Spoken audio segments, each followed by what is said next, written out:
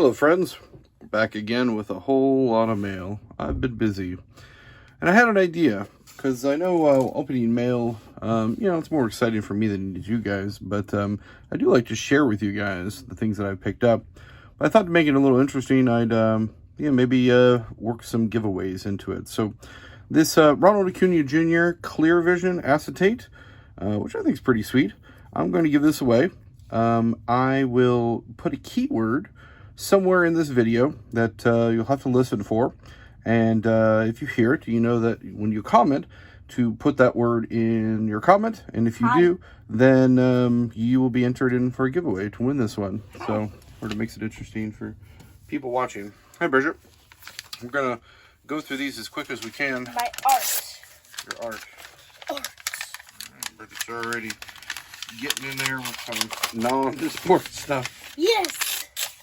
All right, so I've been on a kick of things related to Kansas City in a variety of ways. So in this particular case, I'm looking for people that were either they played Kansas City sports or from the area or whatever, but more importantly, they are buried here. So these are all people that have passed away.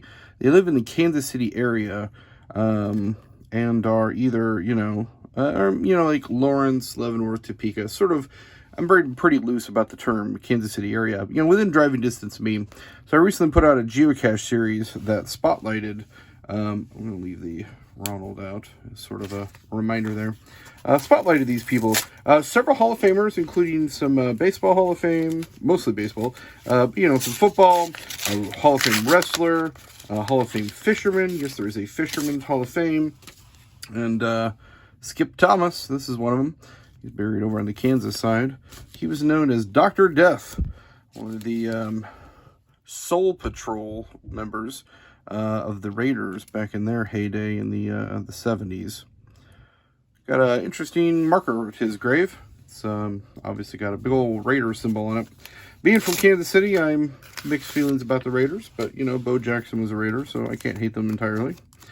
Funny story about Skip Thomas. They say they called him because he was called Dr. Death. Some of the newer guys, when they started, they thought it was serious, and they would show up at his door, like when they traveled, asking for aspirin and stuff because he was a doctor. Murray Dickinson, he played with the Kansas City A's there, and is buried in the area. So that's a nice old card. I love vintage cards. I mean, the new cards are cool too. Don't get me wrong. Absolutely not love, seeing cards of, modern players from the teams that I'm a big fan of. But you can't really pass up on the history that comes with these things.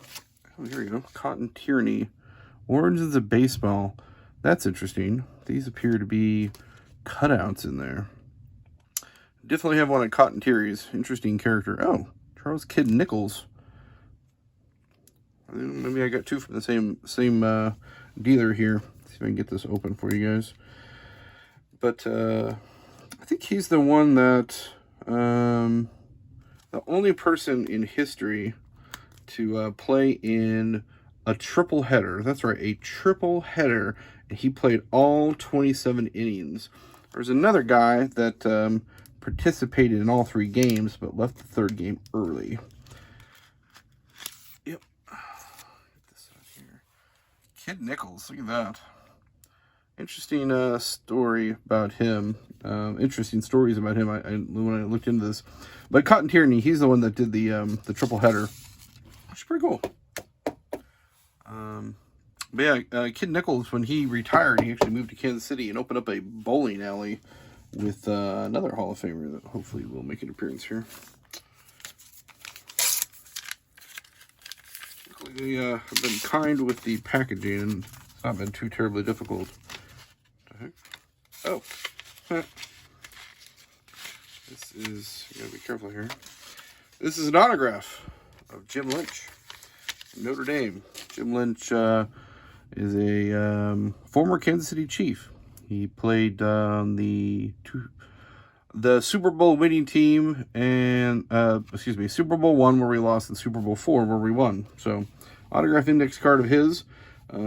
He passed away in July and is buried near the city center. Actually, like, less than 100 feet from my grandpa.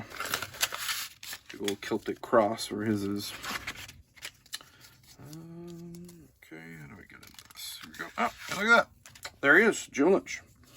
That is old Jim right there.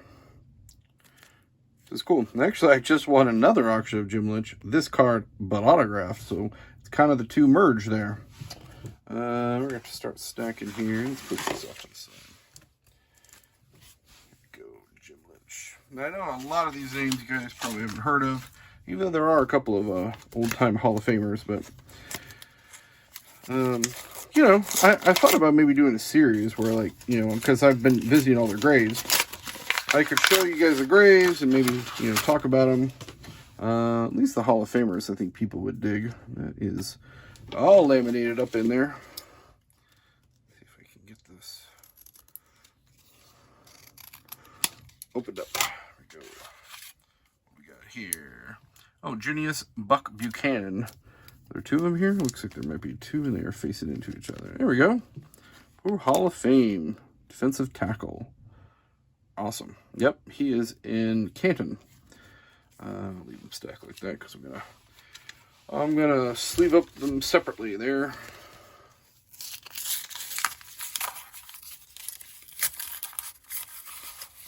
All right, there we go. Oh, and you know what? While we're talking about the whole Ronald Acuna Jr. thing, just use the word brave or braves somewhere in your log, and we'll raffle off, and whoever did that will get a chance to win. Oh yeah, look at this old Otto Schenelbacher there. Look at that, so cool. 1951 series. That is an old card. He's buried out in Lawrence, I believe. I'll have to double check that, but I don't know if I have any football cards quite that old. Most of my, because you know, my Chief stuff doesn't go back past the 60s. This is real old here. That should work. Oh, this is unrelated to this. If you saw my video about the Bird Buddies, that's what this is for. So I'm going to install that tomorrow. Very cool. Not related to sports cards at all, but still a lot of fun. All right. Here we go. Here we go. Oh, another oldie. Look at that. Joe Cool. Look at that old. It's crazy seeing the cards that old. They're come a long way. Got some surface areas on this one, issues, and you know, obviously the outside. It's probably a 1 from a PSA perspective, but really awesome. Let's see here. What is the year on this thing? It's talking about 1933, so we know it's not before that. So that might be it. I have to look it up, but I think that's pre-war, which I don't have very many pre-war at all. Maybe a couple at this point. And I do love that kind of stuff. Most of my pre-war stuff is not baseball, because baseball things get so expensive back then. But other sports and, you know, entertainment memorabilia, you can pull those things off a little bit cheaper. Here. All right. Alrighty. Ah, Zach Wheat. Absolutely. Oh, I got 4 of them. That's awesome. So a lot of these things were supposed to be giveaway at my my geocaching event, but they didn't come in time. A little bit of pixelation around that. You can tell that that's they took an old picture and slapped it on there. 1925 season right there. Very cool. I think it was Zach Wheat and Kid Nichols. Those are the two that had a bowling alley together.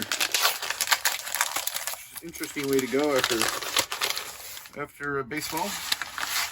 And oh, here we go. There's Dave H.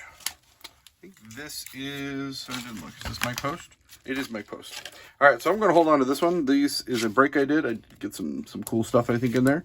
But we're going to focus on this stuff here. And I do have another video where I opened up even more of these things. All, again, Kansas City related, as in they're buried here. Pretty much that's it. Oh, another Jim Lynch. But that one I need to get edited and up, so hopefully you'll have seen that one before you see this one. But there we go. Make sure you get that keyword in if you want a chance to win the Ronald Acuna Jr. Might only be 1 or 2 people, so your odds could be pretty dang good. And I hope you're all well, and thanks for watching, guys. Be good to each other, and peace.